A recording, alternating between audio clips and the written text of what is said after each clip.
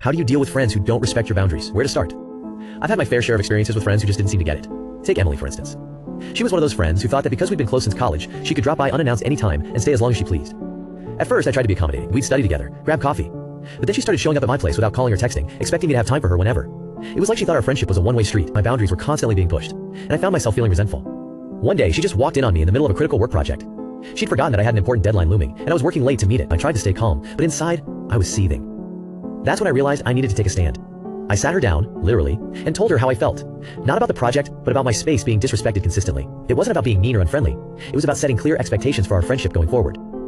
Now here's where things get interesting. Emily took my words on board, and we had a long overdue conversation about what our friendship meant to us both.